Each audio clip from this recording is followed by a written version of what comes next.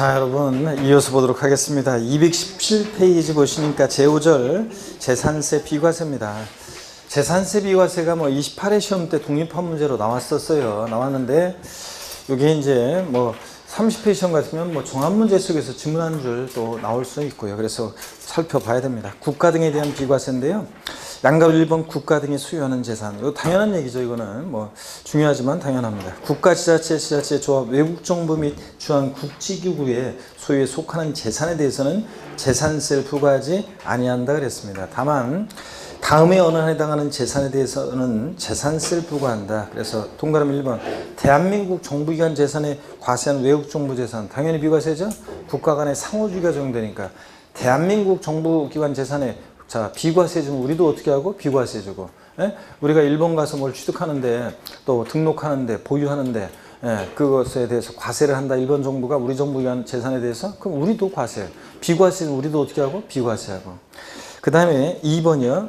국가, 지자체, 지자체 조합과 재산세상 물건을 연부로 매매 계약 체결하고 그 재산의 사용권을 무상으로 부여받은 경우에 누구한테나 없음무게에 따라서 매수계약자. 자, 그러니까 이거 비과세한다 그러면 틀려요. 국가 등의 소유물로 비과세한다 아닙니다. 자, 실질적으로 권리변동이 됐다고 봐서 공부상으로는 국가 등의 소유지만 실질적으로 권리변동 됐다고 봐서 매수계약자입니다. 양가로 2번 보니까 국가 등이 사용하는 재산이에요. 동그라미 1번 국가, 지자체, 지자체 조합이 1년 이상 공용 또는 공공용으로 사용하는 재산. 가로 안에 요 가로 내용이 올해 또 추가가 됐어요. 1년 이상 사용할 것이 계약서 등에 의해서 입증되는 경우를 포함해서요. 에 대해서는 재산세를 부과하지 않는다. 당근이죠. 내 빌딩을 자, 예를 들어 서울특별시청에서 1년 이상을 공짜로 사용하고 있습니다. 공용에, 공공용에. 그러면서 때가 되면 고맙긴 한데 재산세는 내달라고 하고 그러면 안 되잖아요. 양심 없이. 자, 그러니까 비과세입니다. 다만 다음의 경우에는 재산세를 부과한다 그래서 체크죠. 이것도 중요한데 유료로 사용하는 경우요. 무상으로 사용할 때가 비과세지. 내 빌딩 임대료 내면서 꼬박꼬박 사용한다. 당연히 재산세 부과세죠. 부과되고. 또 니은번이 올해 2019년 개정세법인데 매매계약을 체결하고 잔금 지급 전에 미리 계약 물건을 사용하는 이런 경우에도 어떻게 하냐? 과세를 합니다. 자, 그래서 이렇게 국가 등이 사용하는 재산 과세하는 경우 꼭 알아두시고 시험에서 국가가 지자체가 1년성 공용 또는 공공용에 사용하는 재산은 유상무상을 불문하고 재산세를 부과하지 아니한다. X죠, 여러분들? 이런 것들.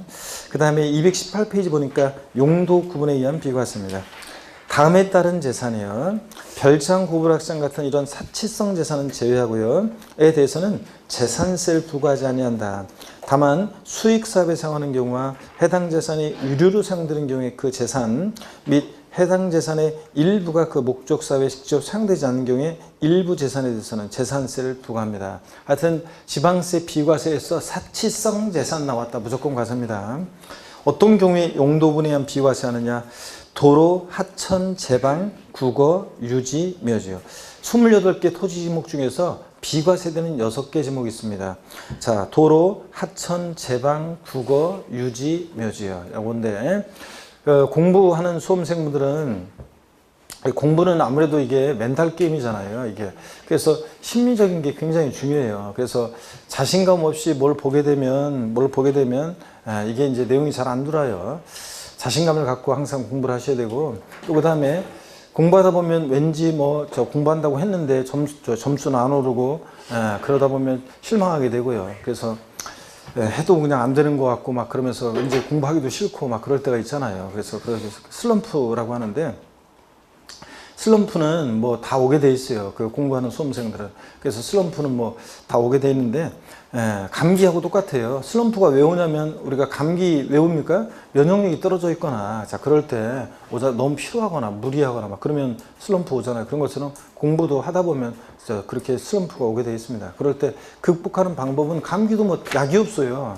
약이 없잖아요. 감기는 약이 없고 다만 감기는 증상을 완화시키거나 이렇게 심하면 그런 처방을 받는 것 뿐이지 대증요법으로 이렇게 치료하는 거지 다른 거 없습니다. 하여튼 근본적인 치료는 잘 쉬고 그 다음에 비타민 먹고 이런 거잖아요. 그런 것처럼 슬럼프에 빠졌다 그러면 극복하는 방법은 뭐 딴 거 없습니다. 본인 스스로가 이겨내야 돼요. 본인 스스로가 이겨내야 되는데 어떤 분은 슬럼프가 길어져 가지고 그냥 일주일이고 이주일이고 뭐 방황하고 수업 빠지고 그냥 그러다가 그냥 그냥 아예 포기하는 분도 계시고 그러는데 어떤 간에 우리가 또 감기 걸렸다고 그래서 아예 그냥 그거로 심하게 이렇게 저기 되면 안 되잖아요. 극복해야죠. 뭐 그래서 좀 쉬시고 이렇게 하면서 극복해야 되는데 슬럼프를 뭐 극복할 때 야구 선수들 같으면은 타자가 타격감이 떨어졌어요. 슬럼프에 빠져서 뭐 그냥 안 맞아요. 자, 아무리 쳐도. 자, 그러면은 그럴 때는 뭐 극복하는 방법은 그 선수들이 그냥 노느냐, 신나게 나이트클럽 가서 막 노느냐, 강하죠. 더 오히려.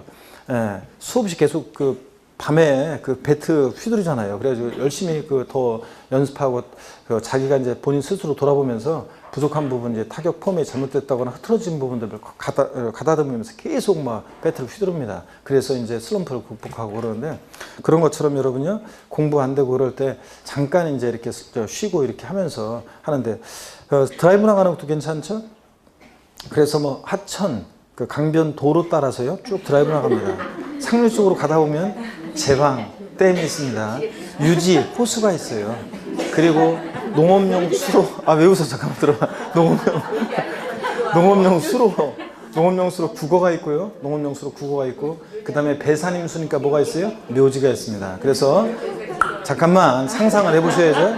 그래서 도로, 하천, 제방, 국어, 유지가 있고, 그 다음에 배산임수니까 묘지가 있고요. 자, 그렇게 이미지로 한번 기억한 다음에 레파드 기억하라고 그랬습니다. 잠깐만요. 임산부 노약자 계시면, 임산부 노약자 없습니까? 자, 그러면 제가 항상 인강 수강생분들도 이거 이어폰 듣고 있다가 깜짝 놀라지 말고 이거 빼라고 하거든요. 자, 한번 봅니다. 28개 토지 지목 중요. 자, 중에서 비과세는 6개 지목. 레파드 씌우면 되죠? 도로 하천 제방 국어 유지 묘지. 도로 하천 제방 국어 유지 묘지. 이렇게. 자, 아니 따라서 하라는 거 여러분들 시작. 도로 하천 제방 국어 유지 묘지. 레파드시오. 도로 하천 제방 국어 유지 묘지. 이렇게 그냥 하면 돼요. 자, 거기 보니까 도로 한번 보세요. 도로법에 따른 도로와 그 밖에 일반인의 자유로운 통행을 위해서 제공할 목적으로 개선한 사설도로, 개인이 만든 도로도 포함합니다. 도로법상의 도로뿐만 아니라 사설도로도 포함하고, 다만 건축법 시행령에 따른 대지안의 공지는 제외한다. 지문에 한번 28회 때 나오긴 나왔었는데 뭐 중요하지 않고 한번 살짝 그냥 연필 같은 거 줄거면서 이런 것들. 자, 도로법상의 도로, 사설도로 포함하는데 대지안의 공지는 제외한다. 이게 대지안의 공지가 이런 거라고 그랬습니다. 여기 보세요. 건물들 사이에 이렇게 보면, 건물들 사이에 사람들이 지나다니는 그런 길이 있습니다. 요즘은 이런 걸 이제 보기 쉽지 않은데 오래된 구도심 지역 같으면 여전히 있긴 있더라고요. 일부 지역에. 자, 이런 걸 우리가 흔히 뭐라고 합니까? 집과 집 사이에 조그만 길 있잖아요. 이런 걸 뭐라고 합니까? 그렇지. 고 김현식이 노래 불렀잖아요. 여러분들 제가 항상 얘기했지만 골목길 걸어갈 때에 골목길 이런 거. 자, 이런 거 대지안의 공지 같은 것은 도로가 아닙니다. 제외하고. 그 다음에 하천, 제방, 댐 같은 거, 국어, 농업용수로, 유지, 호수 같은 거, 묘지, 지목이 묘진 토지는 취득세는, 지목이 묘진 토지 정리해드렸잖아요. 지목이 묘진 토지 취득세는 과세는 어떤 세율로? 중과 기준세율, 특례세율로요. 아이고, 지목이 묘진 토지 정리해드렸는데 지목이 묘진 토지 있잖아요. 지목이 묘진 토지. 취득세는 과세를 합니다. 과세를 하는데 어떤 세율로 과세한다고 그랬어요? 중과 기준세율, 특례세율로 과세한다. 근데 등록면허세하고 재산세는 뭐 한다 이거? 비과세합니다. 자, 비과세. 그렇다면 조상님 묘수 다 없애버린다고 했잖아요. 근데 다만 여러분 보시면 재산세에서 단 장사 등에 관한 법률에 따른 법인묘지용 토지 있잖아요. 장사 등에 관한 법률에 따른 법인묘지용 토지예요. 이 법인묘지용 토지, 요건 어떻게 하고요? 법인묘지용 토지는 요거는 별도 합산 과세하고, 요거 사업용 토지라고 그랬잖아요. 그래서 공원묘지 같은 거예요. 법인묘지용 토지는 별도 합산 과세입니다. 그냥 지목이 묘진 토지가 비과세고, 법인묘지용 토지는 어떻게 하고? 별도 합산 과세하고요. 이런 얘기. 자, 그 다음에 이렇게 해서 28개 지목 중에서 비과세는 6개 지목. 도로, 하천, 제방, 국어, 유지, 묘지. 애들 비과세. 자, 집에 들어가면서 사람들이나 딱 보고서 없다 그러면 도로, 하천, 제방, 국어, 유지, 묘지 하면서 지나가세요, 여러분들. 그 다음에 동그라미 2번부터 쭉쭉 한번 보겠습니다. 또 산림보호법 규정에 따른 산림보호구역, 그 밖에 공익상 여기 봅니다. 교재 재산세를 부과하지 않을 타당한 이유가 있는 것으로서 법령이 정하는 다음의 토지 비과세한다. 동그라미 기억번 군사기지 및 군사시설보호법에 따른 군사기지 및 시설시설 보호구역 중에서 요 통제보호구역 내에 있는 토지, 요거 통제 동그라미가 쭉 밑줄이고 다만 전답과 선 대지는 제외한다 밑줄이에요. 그러니까 농지하고 대지는 통제보호구역 내에 있는 농지와 대지는 비과세한다 그러면 틀려요. 통제보호구역 내에 있는 전답과 선 및 대지, 농지하고 대지는 어떻게 한다? 과세한다는 얘기입니다. 과세고요. 그래서 박스 안에 보니까 군사기지 및 군사시설보호법에 따른 군사기지 및 군사시설 보호구역 중에서 제한보호구역 내에 있냐, 제한의 동그라미야, 제한보호구역 내에 있는 자 요거 토지는 분리과세하는데 요 임야 정확히 얘기는 요거 임야 같은 거. 근데 군사기지 및 군사시설 보호구역 중에 통제보호구역 내에 있는 임야는 비과세한다는 거예요. 요거 통제 동그라미고요. 한번 비교해 두시고 그 다음에 니은번 봅니다. 산림보호법에 따라 시정된 산림보호구역 및 산림자원의 조성 및 관리하는 법률에 따라 시정된 최종림 시험림이요. 림자로 끝나는 임야 비과세고 림자로 끝나는 임야 비과세입니다. 디귿번 자연공원법에 따른 공원자연 보존지구간에 매였죠. 보존의 동그라미고 이건 국립공원, 도립공원 같은 데 있는 보존지구간에 매는 비과세예요. 근데 자연공원법에 따른 공원자연 환경지구간에 매는 법 나오고 무슨 지구 구역 내에 매하니까 뭐한다? 분리과세합니다. 환경의 동그라미, 환경지구간에 매는 분리과세하고 보존지구간에 매는 비과세합니다. 그 다음에 리을번 백두대간 보호지구간에 매 비과세하고요. 동그라미 3번입니다. 또 임시로 사용하기 위해서 건축된 건축물로서 재산세 과세기 현재 1년 미만의 것은 재산세를 부과하지 않습니다. 쫙 밑줄이고 얼마 있으면 못 써줄 거니까. 근데 임시 사용 건축물이라 할지라도 사치성 별장, 고불악장 같은 사치성 재산이면 당연히 과세입니다. 그래서 임시로 사용해서 건축된 고급 오락장용 건축물로서 재산세 과세기준 현재 1년 미만의 것은 비과세한다. 이러면 틀려요. 고불악장은 무조건 중과세입니다. 같은 지방세에서 사치성재산 나오면 무조건 과세고요. 219페이지 비상재해시에 구종으로 이용하는 선박, 무료로 도선용에 이용하는 선박, 선교, 배로 이루어진 다리에 구성되는 선박, 본선에 속하는 전마용 선박 비과세요. 5번입니다. 재산세를 부과하는 해당 연도에 철거하기로 계획이 확정돼서 재산세 과세기일 현재 행정관청으로부터 철거명령 받았거나 철거보상계약이 체결된 건축물 또는 주택에 따른 건축물 부분으로 자 요거 하여튼 말한다. 이 경우 건축물 또는 주택의 일부분을 철거하는 등 그 철거하는 부분을 한정하고 여기 다만 여기 비출이에요. 그러니까 재산세를 부과한 해당 연도에 철거하기로 계획이 확정되어 재산세 과세기일 현재 행정관청으로부터 철거명령 받았거나 철거보상계약이 체결된 건축물 또는 주택 비출이고 요거 어차피 때려 부술 거니까 비과세인데 다만 그 부속 토지는 어떻게 한다? 과세한다. 땅은 어떻게 때려 부셔요? 제가 28회 시험 때 여기 나왔는데 땅은 어떻게 때려 부셔요, 여러분들? 그죠? 그러니까 당연히 뭐 한다? 이거는 과세입니다. 토지는 과세고요. 근데 건축물하고 주택만 어차피 때려 부술 거니까 비과세고요. 그래서 예제 문제 28회 문제인데 한번 볼게요, 여러분들. 지방세법상 재산세 비과세상이 아닌 거 그랬습니다. 자, 요건은 다 충족했다고 하고 1번 임시로 사용하기 위해서 건축된 건축물로서 재산세 과세기일 현재 1년 미만의 것은 어떻게 한다? 비과세고 2번 재산세를 부과하는 해당 연도에 철거하기로 계획이 확정되어 재산세 과세기일 현재 행정관청으로부터 철거명령 받은 주택과 부속 토지인 대지요. 제가 28회 시험 전에도 그랬어요. 땅은 어떻게 때려 부시냐. 그러니까 땅은 토지는 어떻게 한다? 당연히 과세입니다. 자, 그래서 주택은 비과세지만 그 부속 토지는 대지는 과세입니다. 그 다음에 3번 국어 이런 거 비과세죠. 도로 하천 제방 국어 유지묘지 이런 거.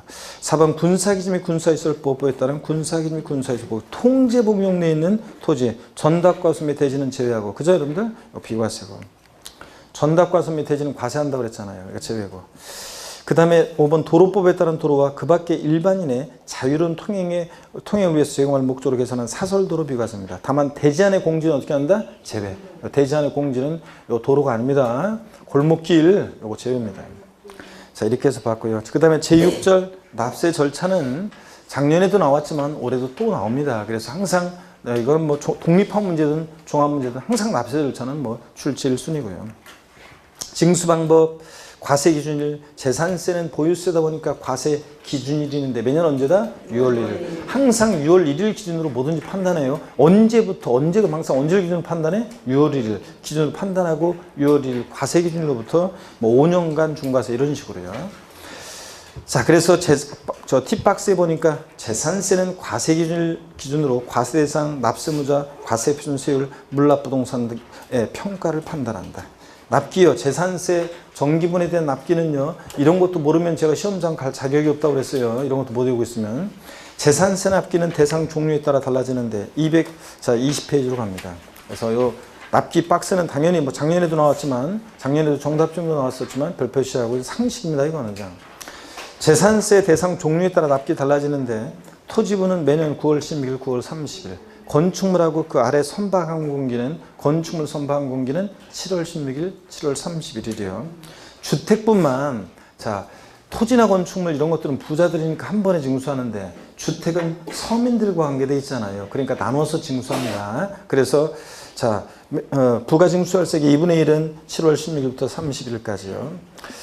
나머지 2분의 1은 9월 16일, 9월 30일까지 두 번 나눠 징수합니다. 다만 그 해당 연도의 부가세액이 주택분이요 20만 원 이하일 때 요거 10만 원에서 20만 원으로 바뀌었습니다. 작년에 20만 원 이하일 때는 조례가정부에 따른 납기를 7월 16일부터 30일까지 한꺼번에 부가징수 해야 한다에 할 수 있다요. 할 수 있다고 그랬습니다. 요거. 자, 그 다음에 질문 드리겠습니다. 고개를 드시고요. 토지분 재산세 부가징수할세액이 16만 원인 경우에 조례가정한 바에 따라서 납기를 7월 16일부터 31일까지 한꺼번에 부가징수 할 수 있다. OX요. 네? OX요. 토지분 재산세 부가징수할세액이 16만 원인 경우에 조례가정한 바에 따른 납기를 7월 16일부터 30일까지로 하여 한꺼번에 부가징수 할 수 있다. X입니다. 토지분이라고 그랬잖아요. 토지분은 무조건 20만 원 이하더라도 언제라고요? 9월 16일에서 9월 30일까지입니다. 주택뿐만 서민들 관계돼 있으니까 두 번 나눠 징수한다고 그랬잖아요. 그런데도 꼭 가을 되면은 꼭 저를 찾아오는 수험생들이 있다고 그랬잖아요. 그래서 가을 되면 꼭 그냥 주택분 재산세 고지서 들고 음료수 하나 들고 교수를 놓고 하면서 찾아와가지고 물어볼 게 있다고 하면서 이제 음료수 내밀면서 이거 물어보는데 이렇게 여름에 재산세를 냈는데 또 고지서가 왔을 때는 어떻게 하나요? 물어보는 분들 욕만 바가지로 얻어먹고 간다고 그랬잖아요. 그랬죠? 예. 토지분하고 꼭 구별합니다. 동그라미 2번 봅니다. 수시분이요. 지자체상은 과세상의 누락, 위법, 착오 등으로 인해서 임의부과세액을 변경하거나 수시부과할 사유가 발생하면 수시로 부가징수 해야 한다는 것보다 할 수 있다. 양가로 3번 납세지입니다. 재산세 다음에 납세에 관한 지자체 부과한다. 하여튼 지방세는 물건 소재지잖아요. 토지는 토지 소재지, 건축물 소재지, 주택은 주택 소재지입니다. 주소지 아니라는 거 꼭 기억합니다. 선방공기는 내가 참고고요. 주소 중한 예외도 나오긴 하지만 참고 읽어보시고. 징수방법 보통징수입니다. 재산세는 관할 지자체장이 세액을 산정해서 보통징수 방법 부가징수합니다. 그렇죠, 여러분들? 고지서를 통해서. 그럴 때 니은번 고지서 발부할 때요. 납세고지서 발급 자 봅니다. 재산세를 징수하려면 토지, 건축물, 주택, 선박 및 항공기로 구분한 납세고지서에 과세표준과 세액을 적어서 늦어도 몇 줄입니다. 납기 며칠 전까지? 5일 전까지 발급해 줘야 됩니다. 납기 개시 전까지 발급해야 한다. X입니다. 5일 전까지 발급이고요. 몇 줄이고. 재산세 고지서에 나란히 병기되는 조세가 있죠. 지역자원시설세인데 그 중에서도 특정 자원분이 아니라 특정 부동산분이 재산세 친구잖아요. 그러니까 특정 부동산에 대한 지역자원시설세 납기와 재산세 납기가 같을 때는 재산세 납세고지서에 나란히 적어서 병기고지할 수 있습니다. 몇 줄짝이고. 그래서 특정 부동산분이라는 걸 특별히 주의하고요. 예, 재산세 친구다 보니까 얘 부동산 보유시에 부과되고 보통징수 징수예요. 납기도 재산세 규정을 대부분 따라가요. 그러다 보니까 웬만한 규정이 재산세 규정을 준용하다 보니까 납기가 같을 때 같은 무렵에 지역자원시설세, 재산세 고지서를 따로 보내면 서로 불편하잖아요. 그러니까 한 번에 이렇게 병기해서 고지할 수 있습니다. 3번 소액징수면제 신탁재산에 특례인데 상식처럼 알고 있어야 됩니다. 고지서 한 장당 재산세를 징수할세액이 2,000원 미만일 때는 재산세를 징수하지 아니한다. 딱 2,000원이면 징수한다는 거 상식처럼 알고 있어야 되고 221페이지 이것도 25회 시험 때 나왔었지만 신탁법에 따라 수탁자 명의로 등기된 신탁재산에 대한 재산세가 체납된 경우에는 지방세 징수법 중에도 불구하고 재산세가 쭉 밑줄입니다. 체납된 해당 재산에 대해서만 압류할 수 있다. 당연히 세금을 체납한 재산만 압류해야죠. 다만 재산세가 체납된 재산이 속한 신탁에 다른 재산이 있을 때 그 다른 재산에 대해서 압류할 수 있다 밑줄입니다. 그래서 이런 거라고 그랬어요. 우리가 갑이라는 사람이 있는데 있고 의 있습니다. 신탁법에 의한 신탁을 합니다. 신탁법에 의한 신탁을 하는데 신탁할 때요. 믿고 맡기는 사람 위탁자고 믿고 맡는 사람 수탁자 병이 있습니다. 수탁자 병이 있고요. 그랬을 때 수탁자 병이 있고 갑이라는 사람이 A 토지하고 A 다시 토지를 신탁했습니다. 을은 B 토지를 신탁했습니다. 그죠? 위탁적으로 구분된 신탁재산이고 근데 C라는 토지는 수탁자의 고유 토지입니다. 수탁자의 고유 토지도 있고요. 다 병명의로 등기 등록이 되어 있겠죠? 그럴 때 A 토지가 만약에 세금을 체납한 토지예요. 요 A 토지가 만약에 세금을 체납한 토지다. 그러면 이 세금을 체납한 토지일 때 이 세금을 체납한 토지 요거만 압류해야죠. 일단 요거 체납한 토지만 압류할 수 있는 거죠. 원칙적으로는. 근데 C 토지하고 B 토지는 압류하면 되겠어요, 안 되겠어요? 압류하면 안 되지고는 이걸 왜 압류해요? 노미 토지를 압류하면 안 됩니다. 세금을 체납한 토지만 압류할 수 있습니다. 다만 세금을 체납한 재산이 속한 신탁에 갑이라는 사람이 신탁한 A와 A 다시 세금을 체납한 재산이 속한 신탁에 다른 재산이 있을 때 이 A 다시 다른 재산은 압류할 수 있다 없다? 있다는 얘기입니다. 그런데 지금 이 문제는 이제 기출문제가 세금을 체납한 재산이 속한 신탁에 다른 재산이 있는 경우에도 세금을 체납한 재산에 대해서만 압류할 수 있다. 틀렸죠? A-도 압류할 수 있습니다. 이거. 이런 얘기. 그 다음에 계속 이어서 봅니다. 예제 문제 지방세법상 재산세 부가징수에 관한 설명으로 틀린 거 그리는데요. 이거 기출문제인데 5번 지문 보겠습니다. 25회 시험도 기출문제인데 5번 지문 신탁법에 따라 수탁자 명의로 등기된 신탁재산에 대한 재산세가 체납된 경우에는 체납된 재산에 속한 신탁에 다른 재산이 있는 경우에도 체납된 해당 재산에 대해서만 압류할 수 있다. 틀렸죠? 세금을 체납한 재산이 속한 신탁에 다른 재산일 때 다른 재산 A-도 압류할 수 있다는 얘기입니다. 이거. 그래서 5번이 틀렸고요. 양가로 5번 신고 의무 보겠습니다. 동그라미 1번에 다음에 언어에 해당하는 자는 과세기준일로부터 10일 이내 미출입니다. 그 소재지 관한 지자청에게 그 사실 알 수 있는 증거자를 갖추어 신고해야 한다. 미출인데 어떤 자들이 신고해 주게 돼 있느냐. 기억분부터 리을번까지 리을권 아니고 한번 볼게요. 기억번 재산의 소유권 변동 또는 과세 대상 재산의 변동 소해가 발생했으나 과세 기준일까지 등기가 되지 아니한 재산의 공부상 소유자가요. 어떤 얘기냐면 여러분 여기 보세요. 이런 얘기입니다. 예를 들어서 보시면 갑이라는 사람이 있고 있는데 을이 있습니다. 부동산을 매매합니다. 부동산을 매매하는데 그럴 때 부동산 매매할 때 봅니다. 예를 들어서 부동산 매매하면서 만약에 계약금 중도금 잔금을 2019년 5월 31일 날 잔금을 치렀어요. 소유권 이전 등기는 6월 20일 날 등기가 됐습니다. 그랬을 때 당연도 재산세 납세의무자가 누가 되느냐. 항상 언제 기준으로 판단해? 6월 1일. 과세 기준일 날 봤더니 공부상으로는 여전히 갑소유입니다. 근데 5월 30일 날 잔금 치렀으니까 이 재산을 사실상 소유하는 자는 매수율입니다. 앞에서 우리가 배운 게 재산세 납세의무자 누가 되느냐. 과세 기준 6월 1년 재산을 사실상 소유하는 자죠. 원칙적으로는. 그런데 그런 건데 이렇게 보세요. 권리 변동이 있는데 과세 기준일까지 등기가 이행이 안 됐어요. 그랬을 때는 이 공부상 소유자가 과세 기준일로부터 며칠 이내요? 10일 이내. 6월 10일까지 이런 권리 변동 사실을 계약서 첨부해서 시장군수한테 신고해 주게 되어 있습니다. 신고를 했어요?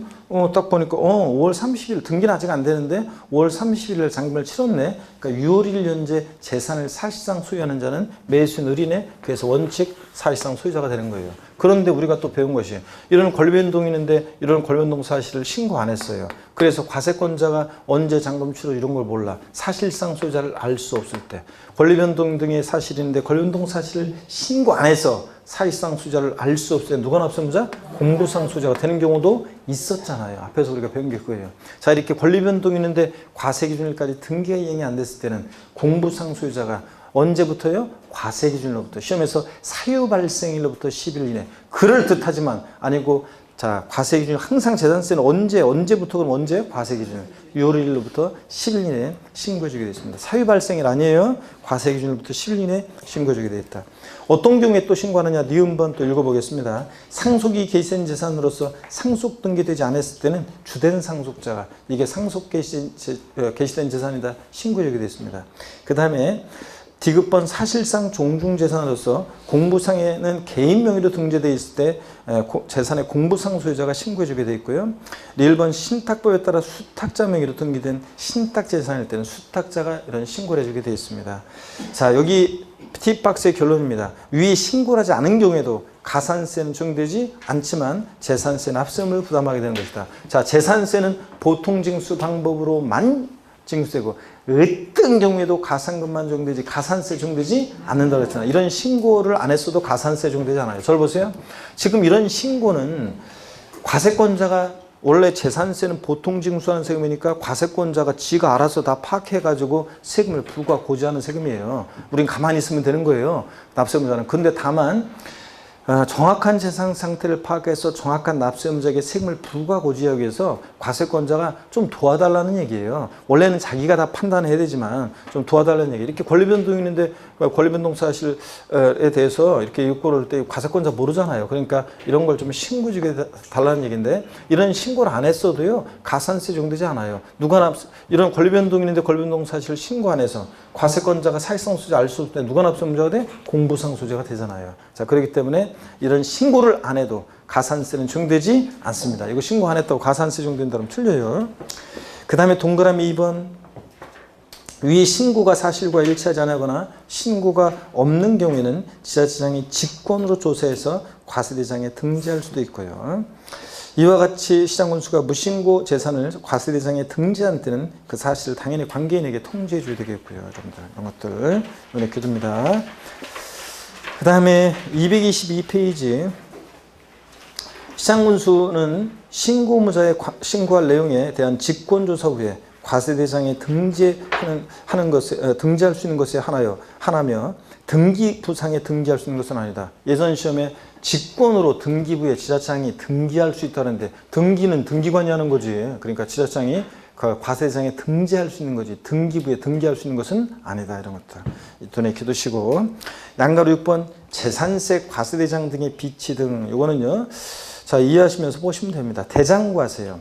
지자체는 재산세 과세대장을 비치하고 필요한 사항을 기재해야 한다. 자, 이 경우 해당 사항을 전산 처리하는 경우에는 과세대장을 갖춘 것으로 본다. 당연히 요즘 같은 세상에 꼭 종기로만 갖고 있어야 되는 건 아니죠. 자, 이게 대장과세예요. 재산세는 대상 종류에 따라 과세대장을 작성 기록하고 비치하기 때문에 대장과세하는 조세다 이렇게 얘기합니다. 토지대장, 건축물대장 같은. 구분 작성 현황부가 이런 거 읽어보시고요. 물납 보겠습니다. 자, 물납이 28회 시험 때 독립한 문제로 재산세 물납이 독립한 문제로 시험 문제 나왔어요. 자, 그렇지만 여기저기 또 중요하고요. 물납, 분할납. 특히 올해는 분할납부 진짜로 중요하다고 그랬고 물납, 분할납부가 여전히 세목별로 재산세, 종부세, 양도소득세, 물납, 분할납부는 무조건 중요합니다. 그래서 어떤 세목에 나올지 종부세에서 나올 가능성이 높지만 어떤 간에 재산세, 양도세도 중요하고 하여튼 분할납부 다 중요합니다. 물납, 분할납부. 28회 나왔지만 종합문제 속에서 물납 나올 수 있고 분할납부는 독립한 문제로 물어볼 가능성이 높고요. 그래서 중요하다는 거. 자, 그래서 다 중요 표시하고 또 봅니다. 물납 요건 및 물납 재산입니다. 재산세 금전납부 원칙의 예외로서 물납 허용되는데 지방세에서 물납은 뭐만요? 재산세만 허용된다고 그랬고 요건 봅니다. 지자체장은 재산세 납부세액이요. 지역자원 시설이라고만 되어 있는데 세자가 빠졌죠? 지역자원 시설세인데요. 세자가 빠졌네요. 지역자원 시설세 및 지방교육세는 제외하면 도시지역분을 포함한 세액이요. 그래서 밑줄 쫙입니다. 지자체장은 납부세, 여기부터 밑줄입니다. 가로까지요. 지역자원시설세, 병기고지되는 지역자원시설세나 부가세인 지방교육세 제외하고 도시적분을 포함한 재산세 납부세액이 얼마요? 1천만 원 초과하는 경우에는 밑줄이고 동그라미 1번이라고 그랬습니다. 첫 번째 요건. 물납하려면 납부세 1천만 원 초과해야 돼요. 두 번째 납세문자 신청을 받아 밑줄이고 동그라미 2번이고 과세권자 알아서 해주는 게 아니에요. 우리가 신청해야지. 해당 지자체 관할구역에 있는 부동산에 대하여만 밑줄이고 동그라미 3번이요. 자, 재산세 어떤 거로 물납하느냐? 부동산인데 너무 시군구에 있는 거로 돼야 안 돼요? 안 되고 해당 지자체 관할구역 내에 소지하는 부동산에 대해서만. 관할구역에 관계없이 땡. 국내에 소지하는 부동산 땡입니다. 그 다음에 법령에 따라 물납을 허가할 수 있다 밑줄이고 동그라미 4번입니다. 물납은 신청했다가 무조건 받아주는 건 아니고요. 관리처분상 부적당하다고 인정하면 물납을 허가할 수 있다고 그랬습니다. 어떤 사람이 물납하겠다고 등기부등본 물납 신청을 했어요. 그래서 공무원이 그 물납하겠다는 부동산에 등기부등본을 띄워봤더니 1번 저당권 설정돼 있고 2번 저당권 설정돼 있고 3번 가압류돼 있고 골치 아프겠죠? 물납 불허갈 수도 있다. 그래서 네 가지 납부할세 1천만 원 초과하는 경우에 납세권자 신청을 받아 해당 지자체 관할구역 내 소지하는 부동산에 대해서만 허가받아 할 수 있습니다. 요건 상식처럼 알고 있어야 되고요. 양가로 2번 처음으로 물납의 신청 및 허가 절차를 한번 보겠습니다. 1번 재산세를 물납하려는 자는 행정안전부를 인정하는 서류를 갖춰서 밑줄입니다. 납부기 한 10일 전까지 자 납세에 관한 시장구청장에 신청해야 한다. 납부기 한 10일 전까지 신청해야 한다 밑줄이에요. 물납은 관리처분상 적당한지 부적당한지 판단할 시간적 여유가 필요하기 때문에 납부기한까지 이러면 틀려요. 납부기한 며칠 전까지? 10일 전까지. 자, 끝나기 10일 전까지 신청해 줘야 되고요. 2번 물납 신청을 받은 시장구청장은 신청한 날부터 밑줄입니다. 5일 이내에 허가 여부를 서면으로 통지해야 한다 밑줄이에요. 그래서 5일 이내에 서면으로 허가 여부를 통지해 줘야 된다 밑줄. 그 다음에 3번 물납 허가를 받은 부동산을 물납했을 때는 밑줄입니다. 납부기한 내에 납부한 것으로 본다는 거 쭉 밑줄이에요. 당연히 물납은 금전 납부 원칙의 예로서 내는 거니까 물납하게 되면 납부기한 내 원래 납부기한 내에 납부한 것으로 봅니다. 밑줄이고. 그 다음에 4번 관리처분이 부적당한 부동산의 처리요. 시장군수구청장은 물납 신청을 받은 부동산이 관리처분하기가 부적당하다고 인정되는 경우는 허가하지 않을 수 있습니다. 뭐 당연하고요. 그 다음에 니은번 시장군수구청장은 불허가 통지받은 납세무자가 요거를 이제 우리 이 정답 지문으로 28회 시험 때 물어봤었는데 시장군수구청장은 불허가 통지받은 납세무자가 자 밑줄입니다. 그 통지받은 날부터 10일 이내에 해당 지자체 관할구역에 있는 부동산으로서 관리처분이 가능한 다른 부동산으로 변경 신청하는 경우 변경해서 허가할 수도 있습니다. 자, 그래서 변경해서 허가할 수 있다. 불허가 통지받았다고 그대로 끝나는 게 아니에요. 자, 5번 물납 허가 부동산의 평가입니다.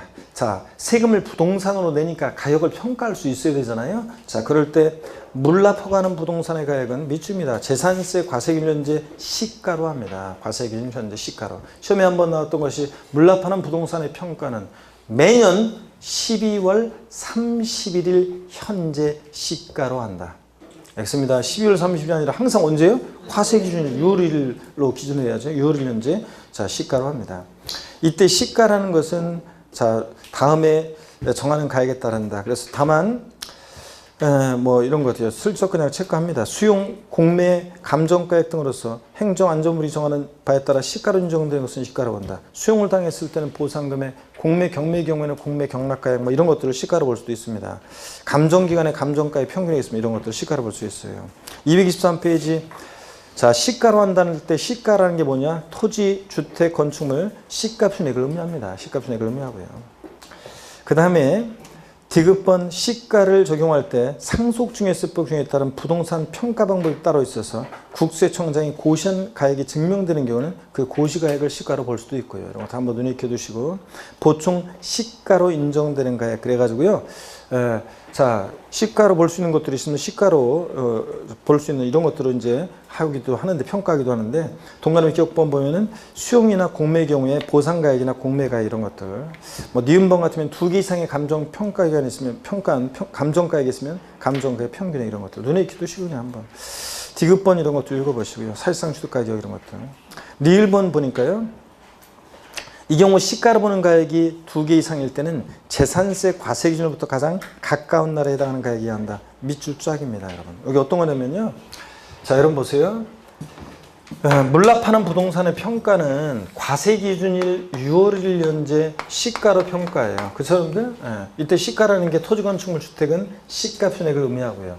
근데 이 과세 기준 6월 1일 전 6개월 내 기간 동안에 만약에 시가로 볼 수 있는 가격, 뭐 수용의 경우에 보상금액, 감정기간에 감정받은 감정가액 평균액, 감정가액, 또 뭐 수용을 당해서 받은 보상금액 뭐 이런 것들이 있습니다. 아니면 뭐 등등이 있어요.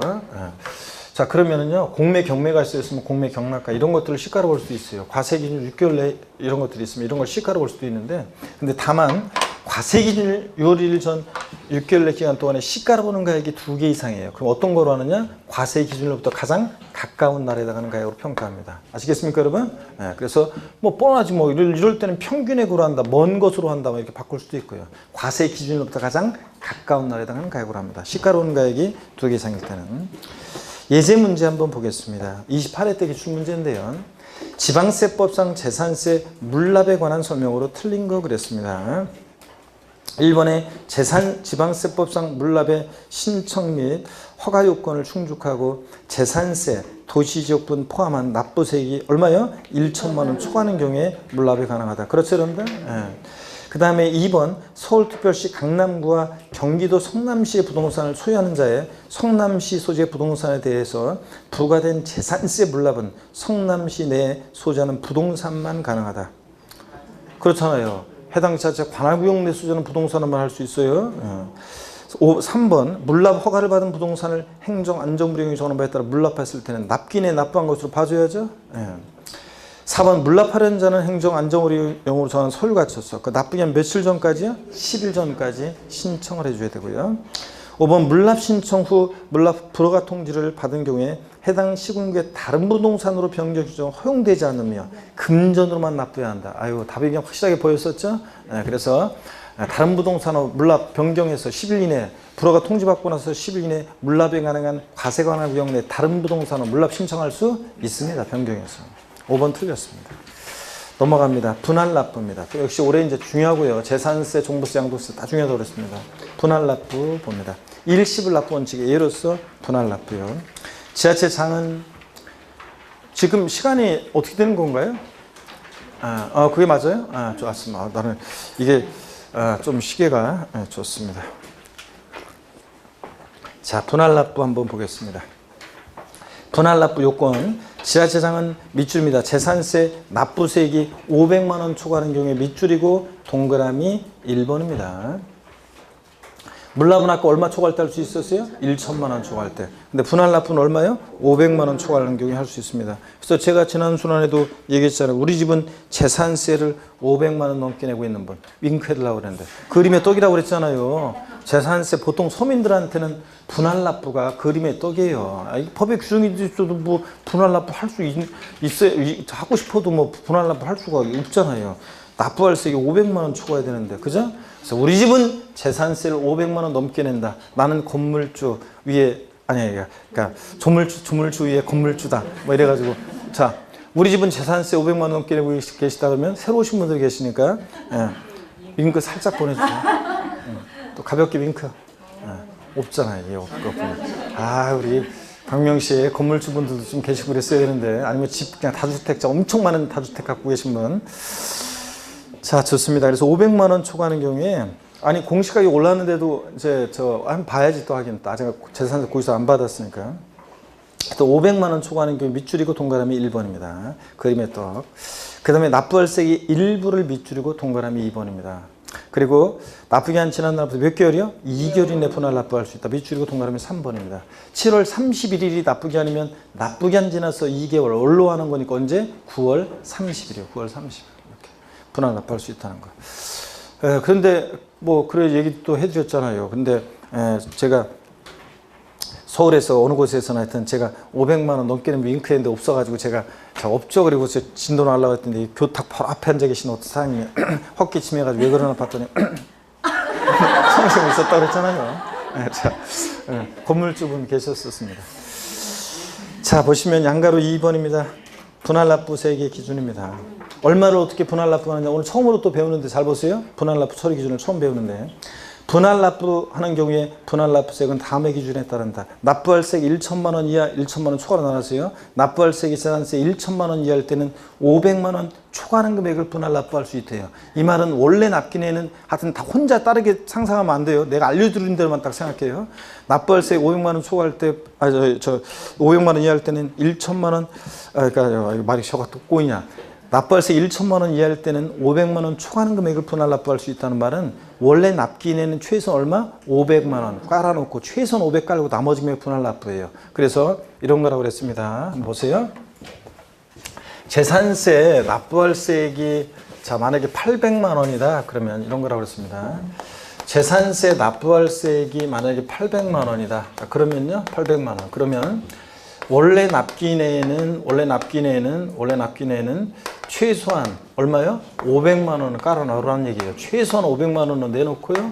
그 다음에 분납기간 내에 나머지 얼마요? 300만 원짜리 분할 납부할 수 있습니다. 1천만 원 이하일 때는 하여튼 최소한 500만 원 초과하는 금액 분할 납부할 수 있다. 최소한 500 깐다는 거 500만 원. 이걸 꼭 기억하면 최소한 500만 원 내놓고요. 그러면 이런 거예요. 납부할세액 800일 때 원래 납기내에 자, 납부할세액이 800일 때 600만 원 내놓고 분납기간 내에 자, 200만 원 내고 됩니까? 네, 됩니다, 여러분. 이거. 왜냐면 최소한 500만 원만 내놓으면 되는 거니까. 최대 300만 원을 분할 납부할 수 있는 거죠. 그 다음에 납부할세액이 800일 때 납기내에 예를 들어서 만약에 400만 원 내고 분납기간 내에 이거 나머지 400 내고 이런 거 돼야 안 돼요? 안 됩니다. 왜냐면 최소한 납기내 얼마? 500은 깔아놓으라는 얘기입니다. 자, 그런 얘기. 그 다음에 1천만 원 초과했을 때는 50% 이하의 금액을 분할 납부할 수 있다. 그 말은 자, 최소한 납기내 얼마? 절반은 깔아놓으라는 얘기예요. 그래서 재산세 납부할세액이 1,400만 원입니다. 최대 분납가능 금액은 얼마다? 700만 원. 최소한 절반 50% 깔아놓고 자, 그런 얘기예요. 1천만 원 이하일 때는 500만 원 초과하는 금액. 납기내 최소한 500 깔고 나머지 금액 분할 납부. 1천만 원 초과했을 때는 50% 이하의 금액. 절반 최대 분할 납부 가능합니다. 아셨죠? 최소한 절반은 내놓아야 돼요. 자, 그런 얘기. 뭐 이것도 또 자, 납부할세액이 1,400만 원이다. 그러면 1,400이다. 그러면 원래 납기내는 하여튼 1천만 원 초과했을 때 원래 납기내는 최소한 얼마? 50%예요. 그래서 최소한 50%는 깔아놔야 돼요. 50%. 그러니까 여기서는 얼마? 700만 원. 납기내 깔아놓고 그 다음에 나머지 금액 분할 납부요. 나머지 분할 납부. 그래서 얼마? 700만 원이요. 자, 나머지 50%. 그래서 최소한 절반은 깔아놓으라는 얘기예요. 그래서 납기내 예를 들어서 납부할세액이 1,400일 때 납기내 예를 들어서 뭐 1,000만 원 내고 분납기간 내에 자 400만 원 내고 되겠습니까? 됩니다. 근데 반대로 납기내에 예를 들어서 1,400일 때 납기내에 예를 들어서 600만 원 내놓고 분납기간 내에 예를 들어서 나머지 금액 예를 들어서 1,400이니까 얼마입니까? 800만 원 내놓고 이런 거 돼야 안 돼요? 안 됩니다, 여러분들. 이런 거. 자, 최소한 절반은 내놓으라는 얘기. 자, 그 다음에 계수기여수표입니다. 양가로 3번 분할납부 신청입니다. 요거 이해되셔야 되는데 요거 꼭 이해가 되셔야 돼요. 그 다음에 분할납부 신청은 봅니다. 분할납부라는 자는 자 재산세 여기 밑줄입니다. 납부기한까지 자 신청서를 자 제출해야 한다는 거 밑줄이요. 납부기한까지요. 납부기한 10일 전이 아니에요. 납부기한까지입니다, 여러분. 아까 물납은 납부기한 며칠 전까지요? 10일 전까지요. 근데 분할납부는 납부기한까지입니다. 왜냐면 그냥 납부기한 이건 분할납부는 나눠내기만 하면 되니까 미리 뭐 10일 전까지 할 필요 없어요. 물납은 관리처분상 부적당한 적당한 판단해야 되니까 그런 거고. 그래서 동그라미 2번 시장구청장은 분할 납부 신청을 받았을 때는 이미 고지한 납세고지서를 납부기한 내 납부할 납세고지서와 분할 납부기한 내 납부할 납세고지서를 구분해서 당연히 수정고지 해줘야 되겠고요. 그래서 여러분 보세요. 물납은 보세요.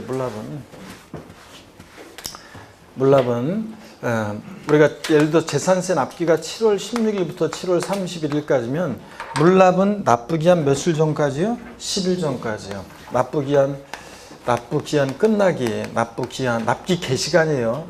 기한 끝나기, 기한 10일 전까지 신청해 주게 되어 있습니다. 뭘 신청하는지 써줘야지 참.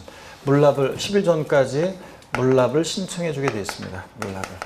근데 물납을 신청해야죠. 근데 분할 납부는 그냥 나눠내기만 하면 되는 거니까 그냥 아무 때나 요 납부 기한 내에 이거는 그냥 분할 납부는 납부 기한 내에만 10일 전까지 그럼 틀려요. 납부 기한 내에만 그러니까 분할 납부를 신청하면 됩니다. 분납 신청하고요.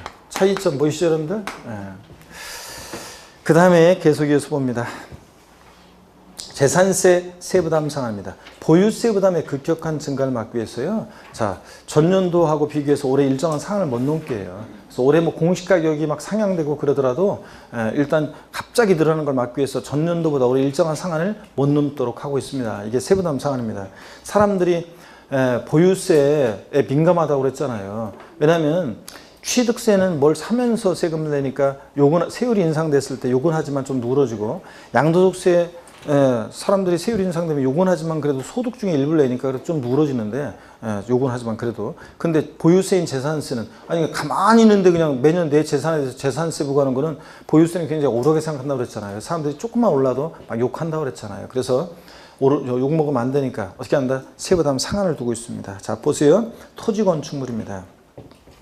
해당 재산세 산출세액이 직전 연도 해당 재산에 대한 재산세액 상당액의 100분의 150을 초과하는 경우에는 여기죠. 100분의 150에 해당 금액을 해당 연도에 징수할 세액으로 합니다. 몇 줄입니다.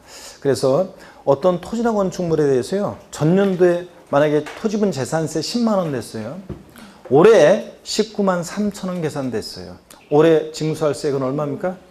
15만 원입니다. 토지건축물 전년도세액 10만 원에 150%니까 얼마예요? 15만 원을 상한으로 해요. 그래서 19만 3천 원이 계산됐어도 얼마만 징수해? 15만 원. 이게 세부담 상한입니다.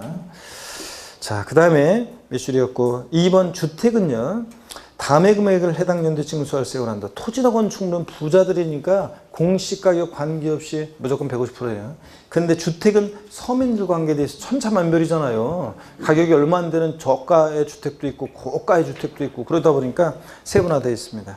기업은 주택 공시가격 또는 지자체장이 산정한 가액이 자 3억 원 이하다. 공시가격으로 3억 원 이하인 주택은 몇 프로? 100분의 105. 105%를 상한선으로 해요. 전년도보다 5% 못 넘게 해요.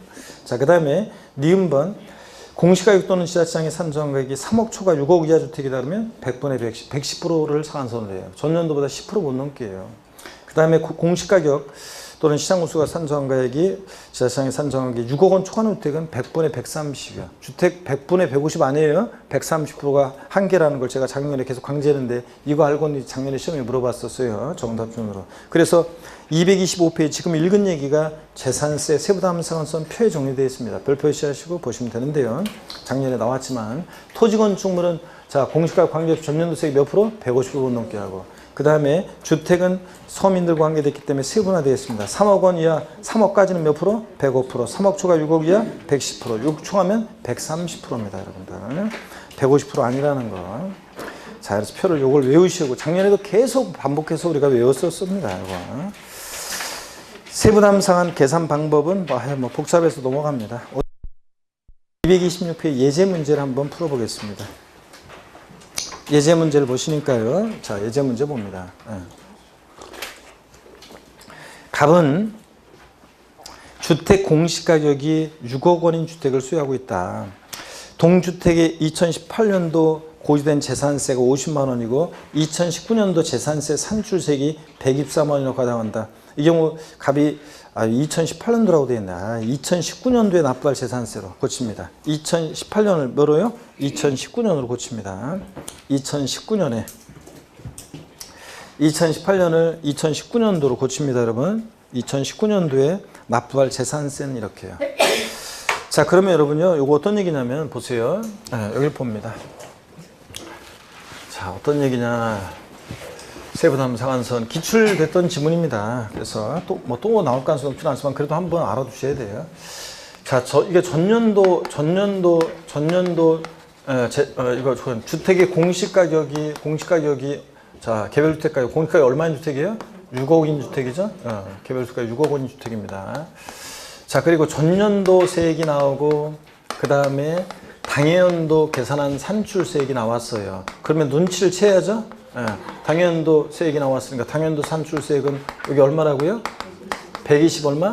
4만 원이요? 자, 그러면 눈치를 채야 돼요. 전년도 세액이 나오고 당연도 세액이 나왔으니까 당연도 2019년도에 징수할 세액은 얼마냐? 그러면 세부담 상한 적용하라는 것을 눈치를 채야 돼요. 공시가격이 10억인 6억인 주택이면 자, 세부담 상한선 몇 프로입니까? 110%. 3억 원 이하 105%. 3억 초과 6억 이하 6억까지는 몇 프로? 110%잖아요. 그러니까 전년도 세액, 당연도에 납부할 세액은 보세요. 징수할 세액은 전년도 세액 50만 원에 자, 50만 원 자, 100%고 110%니까 전년도 세액 50만 원에 10%는 얼마예요?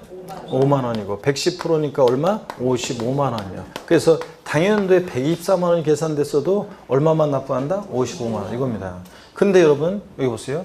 당연도 산출세액이 이번에 이렇게 하겠습니다. 당연도 산출세액이 53만 원으로 하겠습니다. 그랬을 때 이 똑같은 사례에서 당연도에 납부할 세액은 얼마냐?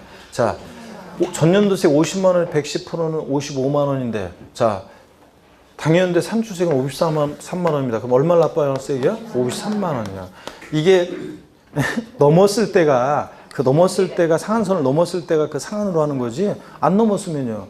당연히 이거 53만 원 징수할 세액이지만 55만 원을 넘지 않았으니까 이런 것도 알아두시고요. 이해되십니까 여러분? 요거.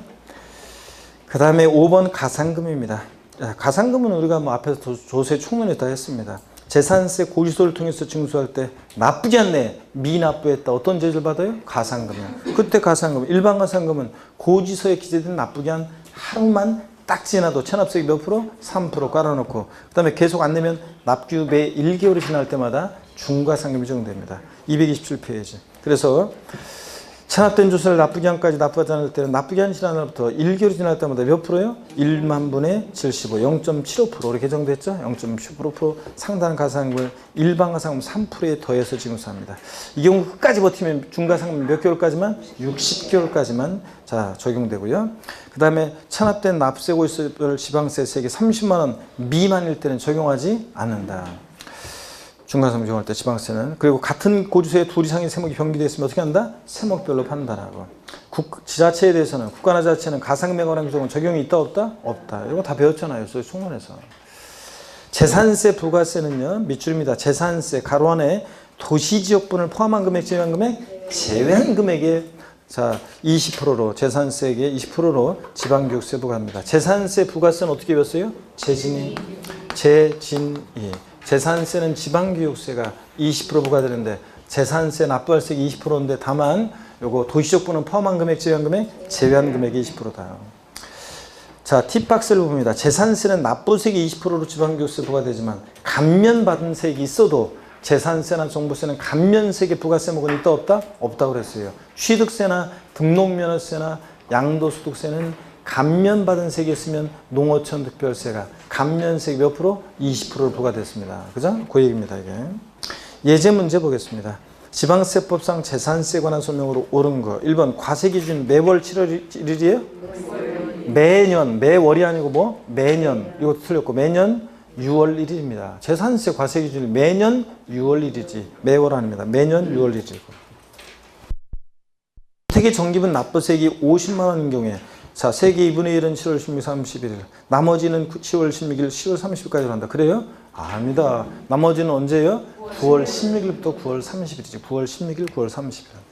3번 토지 정기분 납부세액이 19만 원인 경우 조례에 따라 납기를 7월 16일부터 30일까지 해서 한꺼번에 부가징수 할 수 있다.